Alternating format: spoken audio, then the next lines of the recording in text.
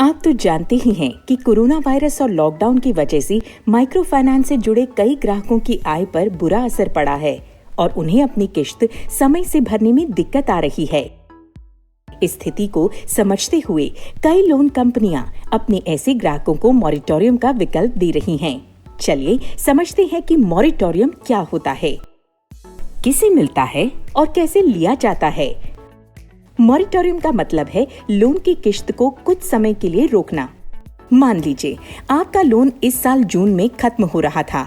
अगर आप 2 महीने यानी अप्रैल और मई के लिए मॉरिटोरियम लेते हैं तो आप इन 2 महीनों में किश्त नहीं भरेंगे और आपकी किश्त जून से फिर से चालू होगी। अब आपका लोन जून की जगह अगस्त में खत्म होगा। पर ध्यान रहे कि मॉरिटोरियम किश्त की माफी नहीं है, बस इससे आपको लोन चुकाने के लिए कुछ और समय मिल जाता है।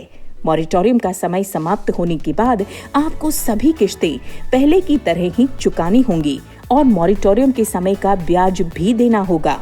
तो मॉरिटोरियम किसको लेना चाहिए?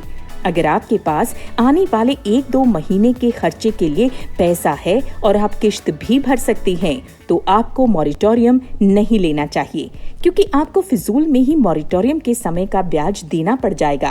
पर हाँ, अगर आपकी स्थिति तंग है तो आप मॉरिटोरियम ले सकते हैं। मॉरिटोरियम लेंगे कैसे? पहले लोन कंपनी को फोन करेंगे।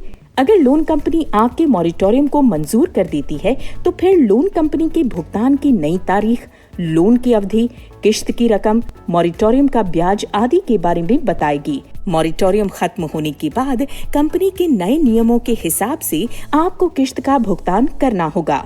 एक आखिरी जरूरी बात, मॉरिटोरियम के बारे में अफवाहों पर विश्वास न करें।